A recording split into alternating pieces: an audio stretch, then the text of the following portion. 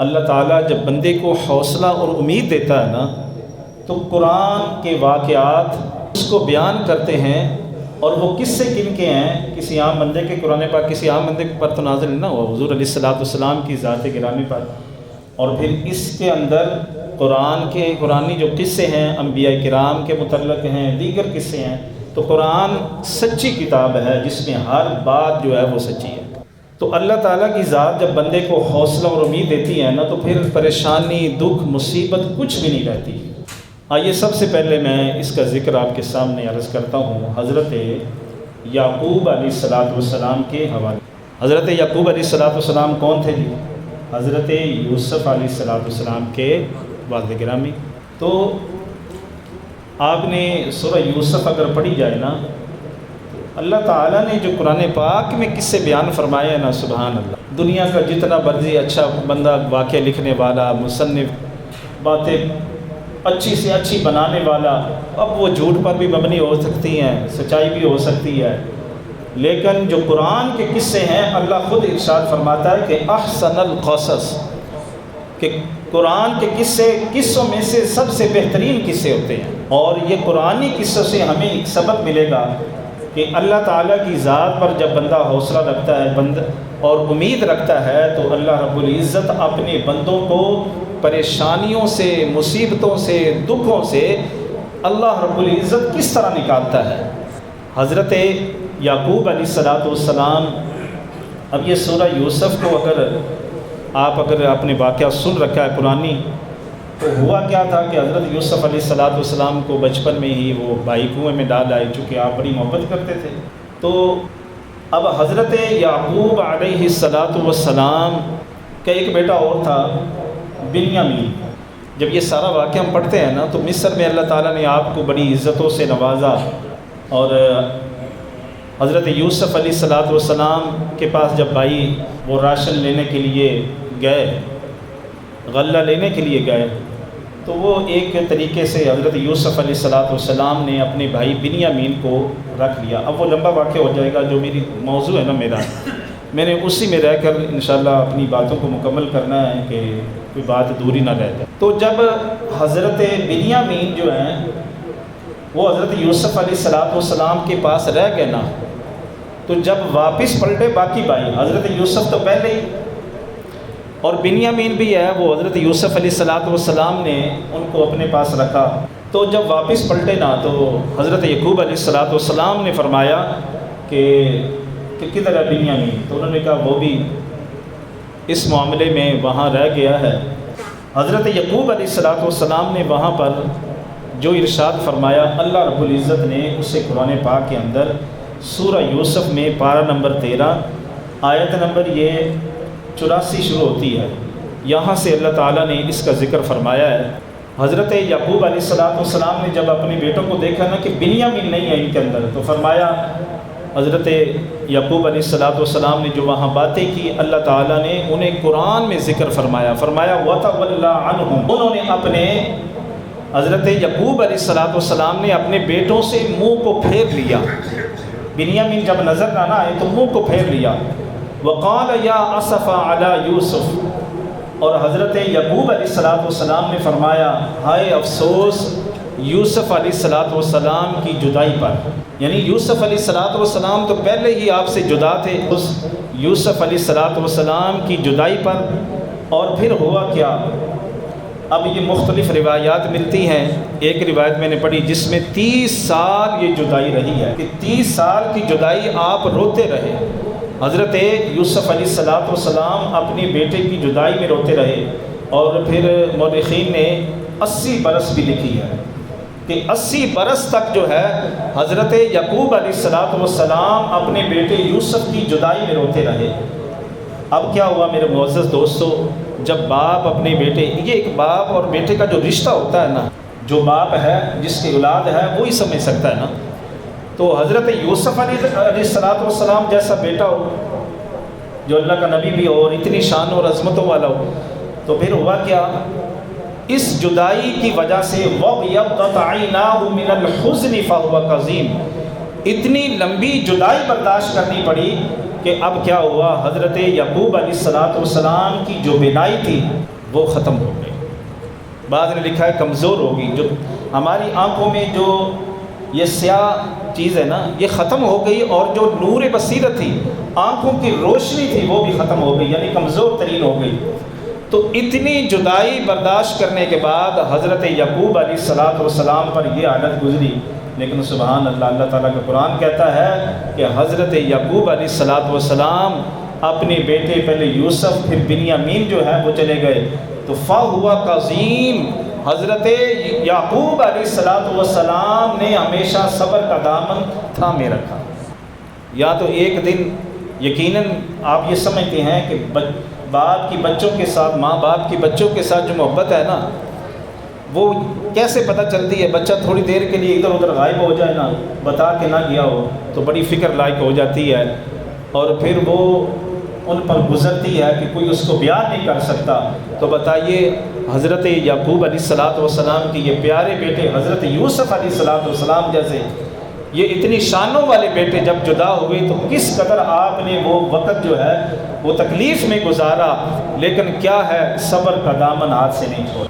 اور پھر آپ نے اسی موقع پر اپنے بچوں کو فرمایا قالوا تاللہ تفتأ تذکر یوسف. جب اس قدر محبت کا اظہار کر رہے تھے نا تو بچوں نے آگے سے کیا کہا، کہتے ہیں قالوا تاللہ تفتأ تذکر یوسف.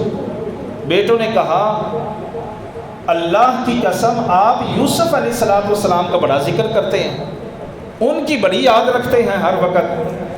اور پھر کیا کہا حتیٰ تکون حردا او تکون من الہالکین. حضرت یعقوب علیہ السلام سے بیٹے کہنے لگے کہ اگر آپ نے اسی طرح محبت کو جاری رکھا نا یوسف علیہ السلام کے ساتھ تو اس کا نقصان کیا ہوگا، یا تو آپ مرنے کے قریب ہو جائیں گے یا پھر مر جائیں گے. اب حضرت یعقوب علیہ السلام کا جو پیار اور محبت ہے یوسف علیہ السلام کے ساتھ، باقی جو بھائی ہیں یوسف علیہ السلام کے، حضرت یعقوب علیہ السلام کے جو بیٹے ہیں وہ کہہ رہی ہیں کہ یہ محبت جو آپ کو لے ڈوبے گی. لیکن میرے معزز دوستو، اب حضرت یعقوب علیہ السلام نے کیا خوبصورت جواب دیا. آپ نے فرمایا قال انما اشکو بثی وحزنی.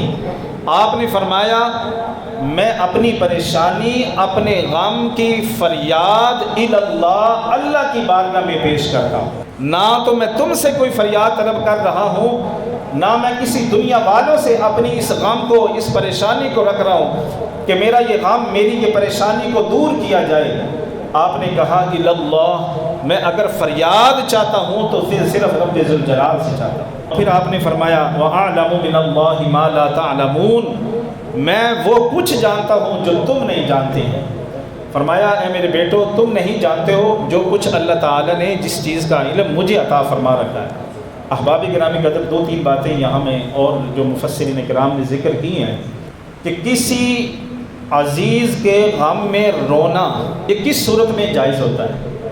یہ بھی توجہ سے سنیے، چونکہ ہمارے یہاں جب اعزا قارب، ہمارے رشتہ دار، والدین دنیا سے جاتے ہیں تو پھر وہ آہ و فغان، پھر وہ بے صبری کا مظاہرہ، اور پھر وہ لوگوں کو شکوے اور شکایتیں کرنا اللہ کی ذات کے متعلق، تو یہ جائز نہیں ہے اسلام کے اندر. تو یہاں تو حضرت یعقوب علیہ السلام اپنے بیٹے کی جدائی میں رو رہے ہیں، تو پھر کیا یہ جائز ہوگا؟ تو یہاں ہمارے مفسرین کرام نے اس آیت کی روشنی میں ہمیں یہ بتایا کہ تمہارا رونا اس وقت ٹھیک ہوگا کسی عزیز کے غم میں جب وہ کسی نمائش کے لیے نہ ہو، لوگوں کو دکھانے کے لیے نہ ہو. آپ نے سن رکھا ہے کہ کئی علاقوں میں، شہروں میں یا گاؤں میں ایسی باتیں ہم نے اپنے کانوں سے سنی بھی ہیں اور دیکھی بھی ہیں کہ لوگ کیوں روتے ہیں جی، وہ کہے گا کہ میری فوتگی ہوئی تم آ کے روئے.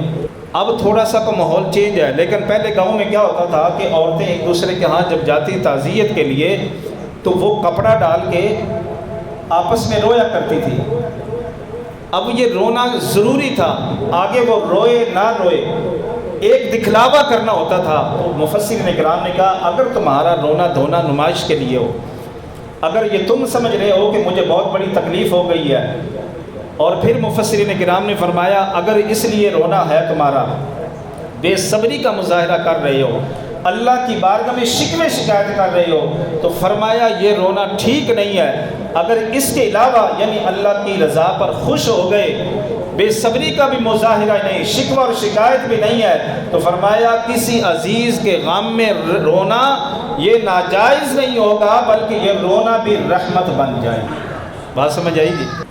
تو احباب گرامی قدر، ایک تو یہ بات ہمیں قرآن کی آیت یہ سمجھا رہی ہے رونا دھونا کب جائز ہوتا ہے، کب جو اللہ کی بارگاہ میں شکوے شکایت ہے۔ دوسرا، جب پریشانی آئے، یقیناً ہر بندہ دکھ اور مصیبت میں پریشان ہوتا ہے، کوئی نہ کوئی تکلیف اس کو آتی ہے، تو اپنی پریشانیوں کو، یہ جو دوسری میں نے آیت پیش کی ہے جس میں حضرت یعقوب علیہ السلام نے فرمایا کہ میں اپنی پریشانی، میں اپنا دکھ جو ہے وہ اللہ کی بارگاہ میں رکھتا ہوں، میں کسی سے فریاد نہیں کرتا، تو ہمیں یہ آیت پیغام دیتی ہے کہ اللہ کی بارگاہ میں جب تمہیں کوئی پریشانی آئے، دکھ آئے، تو اس کا اللہ کی بارگاہ میں پیش کرنا، فریاد کرنا، اللہ سے مدد چاہنا، یہ بے صبری نہیں ہے۔ بے صبری اس وقت ہوتی ہے جب بندہ جو ہے شکوے شکایتیں کر رہا ہو اور یہ کر رہا ہو میری گھر میں مصیبتیں آنی، میرے گھر میں پریشانیاں آنی ہیں، تو فرمایا یہ چیزیں ذہن میں نہ ہوں، تو جب پھر آپ اللہ کی بارگاہ میں اپنی پریشانیوں کو رکھیں گے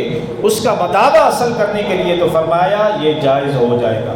اللہ کے سوا ہماری پریشانیوں کو، ہماری دکھ کو کون دور کر سکتا ہے؟ دنیا میں اسباب کو تو اختیار کرنا ہے، لیکن حقیقت میں سب کچھ دور کرنے والی ذات اللہ تعالیٰ کی۔ اور پھر فرمایا اپنی بچوں کو یا بنی یذهبوا فتحسسوا من یوسف۔ حضرت یعقوب علیہ السلام نے فرمایا میرے بیٹو جاؤ حضرت یوسف اور اس کے بھائی یعنی بنیامین کو تلاش کرو۔ اور بھائیوں نے، جو حضرت یوسف علیہ السلام اور بنیامین کے بھائی تھے، انہوں نے حضرت یعقوب علیہ السلام نے والد گرامی کو کہا کہ وہ تو پتہ نہیں کہاں ہیں، مر چکے ہیں۔ تو یہاں بڑی پیاری بات اللہ کا قرآن اور حضرت یعقوب علیہ السلام جو ہمیں بتا رہے ہیں، فرمایا کہ اے میرے بیٹو تم جاؤ حضرت یوسف کو اور ان کے بھائی کو تلاش کرو۔ کیوں؟ اس لیے فرمایا وَلَا تَيْأَسُوا مِن رَوْحِ اللَّهِ، کسی بھی موقع پر اللہ کی رحمت سے مایوس نہیں۔ بندہ بعض اوقات مایوس ہو جاتا ہے، جی اب قصہ ختم ہے میرا، اب یہ معاملہ میرا ختم ہے۔ تو حضرت یعقوب علیہ السلام بیٹوں کو کیا فرما رہے ہیں کہ بیٹو مایوس نہیں ہونا، تم جاؤ اللہ کی رحمت سے مایوس نہ ہو، اور فرمایا کہ تلاش کرنی شروع کرو، اور ساتھ یہ بھی فرمایا إِنَّهُ لَا يَيْأَسُ مِن رَوْحِ اللَّهِ إِلَّا الْقَوْمُ الْكَافِرُونَ۔ حضرت یعقوب علیہ السلام نے فرمایا میرے بیٹو اللہ کی رحمت سے مومن مایوس نہیں ہوتے، کفار ہی مایوس ہوتے۔ تو بندہ مومن جو ہے اللہ کی رحمت سے مایوس نہیں ہوتا ہے۔ پھر کیا ہوا؟ اللہ تعالیٰ نے جو عزتیں اور شانیں آپ کو عطا فرمائی، چونکہ حضرت یوسف علیہ السلام نے جو خواب دیکھا تھا وہ بھی تو پورا ہونا تھا نا۔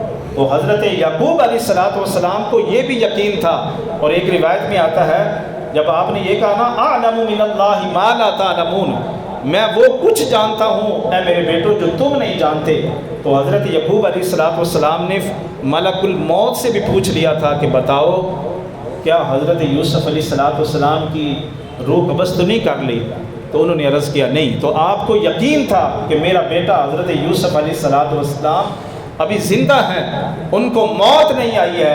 احباب گرامی قدر، حضرت یعقوب علیہ السلام اپنے بیٹوں کو حوصلہ دے رہے ہیں اور یہ امید دلا رہے ہیں کہ بندہ مومن کو اللہ کی رحمت سے مایوس نہیں ہونا چاہیے۔